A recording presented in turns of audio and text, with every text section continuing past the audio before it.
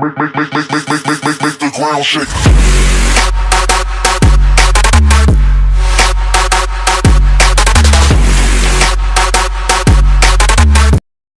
Hello YouTube, this is my One Piece Marineford review, and let me just go ahead and say that this arc so far is my favorite One Piece arc that I've seen. Marineford, I mean, I want to give this arc a 8 or 9 out of 10, but the One Piece fan inside me says 10 out of 10. But I'm going to get into the review, so I'm going to go over the negatives first. The negatives for me was I thought the beginning of it was kind of boring. Just because of the lack of fighting, but when it started to get to episode 265 or so, is when it got interesting for me. It really got interesting for me when Squard stabbed Whitebeard because he got tricked by I can't pronounce the guy's name. I think it's Akinu. He's one of the admirals, and that was when it really started getting good for me, and I just love this arc so much. Another part that I liked in this arc was when Boa Hancock, she defended Luffy from Smoker, and she didn't care about her position as Seven Warlord. I thought that was cool, and I also thought it was cool when Luffy fought against, I'm forgetting his name right, Mihawk. I thought that was so good. I was like, oh yeah, that's cool.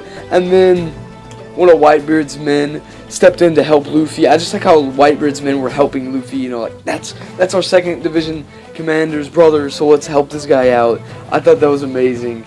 And another part that I thought was amazing was when freaking Luffy got thrown by Jinbei and landed right in front of the 3 admirals. I was like, oh my gosh, that was so hype. And another part that I loved in this arc was when Garp was fighting Luffy, and just the feels there, like Garp could not do it. He's like, no way, I can't do this. And oh my gosh, that was like that was like when I was like, I'm loving this arc. I'm like, oh my gosh. I mean, that was just so amazing.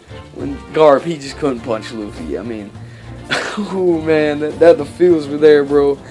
And also another part was when Ace died. I mean, I knew he was gonna die because I'd seen clips. I'd spoiled myself, but there it was like, oh, he died. I was like, no. And it wasn't as impactful as when Whitebeard died. Whitebeard's death, oh my gosh. Whitebeard's death for me, it was just like, oh, holy crap. Especially his ending words were, the One Piece is real, and I was thinking in my head, what greater words to say, and freaking Blackbeard said it right after I thought that, so I was like, oh, great job, Blackbeard, you stole the words from my mind. And I was just thinking, like, I kind of like Blackbeard, but I don't like how he captured Ace and killed Whitebeard, and that was such a plot twist. Like, I totally did not see that coming, and that was just really hype. I was like, oh gosh. I was like, this looks hype as crap. I was like, freaking Blackbeard has 2 devil fruits now. So it's like, what the heck? This guy's OP. He's got his dark fruit, and he's got the trimmer fruit. And let me just say, that trimmer fruit, when it was in Whitebeard's hands, when Whitebeard had that power, that was OP. And now Blackbeard had that power, and Blackbeard was OP without that power. And the thing is Whitebeard was holding his own against the dark fruit, or the dark fruit, and I thought that was just amazing. Now, another thing that I want to mention is that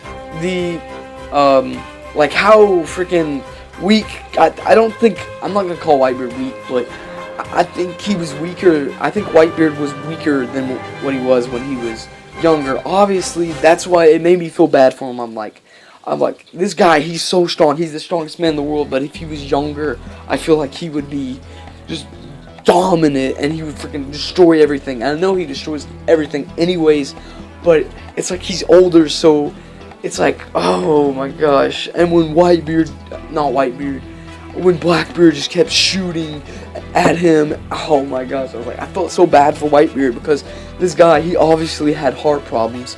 He had to have that machine hooked up to him, and he was actually having heart problems during the war, and Marco was trying to go to his rescue, you could say, but Kizaru, which is one of the admirals, I'm pretty sure I'm pronouncing that name right, he was fighting against Marco, so Marco could not get to Whitebeard, but oh man, just the feels when Whitebeard died.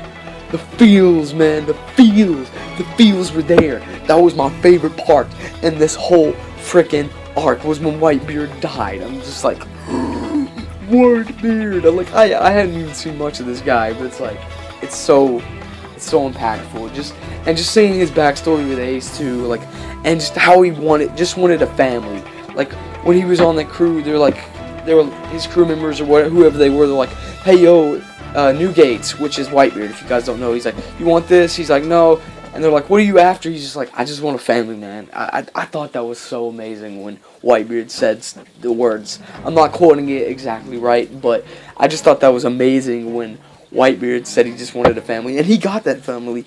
It was his whole crew, and even, like, I think it is cool, like, at the end of the war, Sengoku, he respected Whitebeard, and I just love how Shanks stopped the war too. Like, I was like, oh my gosh, freaking Shanks is stopping the war. I'm like, oh yeah, man, that's awesome. And I liked how Kobe, he was just shouting out and telling Akinu that he needed to stop the war and stuff. I just like how Kobe stood up and all that stuff. And man, this arc was just amazing. And now to go into Ace, Luffy, and Sabo's backstory, man, that stuff was awesome. I actually, we got introduced to Sabo after the war, who he is, and Sabo died. That's crazy.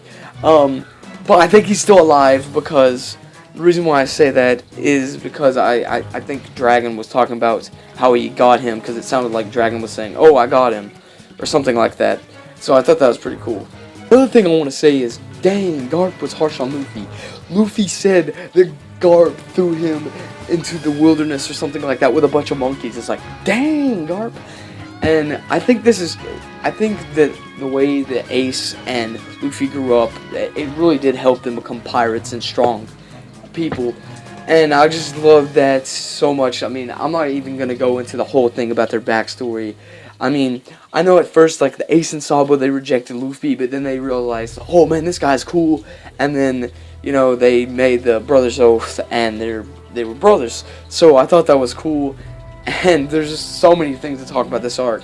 This arc was amazing. And then we see where the Straw Hats end up at, like the Straw Hats, like a split up thing, showing them where they're at. So it's looking like Zoro is getting trained by Mihawk, Sanji is getting trained by Ivankov, and I'm butchering that name. And it's also looking like Nami is like training with those people on that Sky Island, Usopp training with that one vegetable, or not vegetable, that plant guy or whatever, and Chopper's training with those birds and those like caveman people, and just Brooks, like, he's just on the road doing music or something like that. He's been kidnapped or something like that.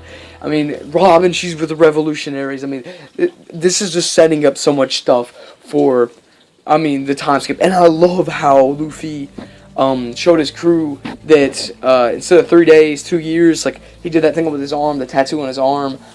I thought that was cool. I'm pretty sure that Rayleigh thought that up instead of Luffy, but, you know, it was still cool. I like how they did that, and I like how Luffy came back there and he rang that bell 16 times, if I'm correct, and then he dropped flowers where Ace died at, and that was just amazing. Another thing that I want to mention that I forgot to mention is when Garp saw Ace die.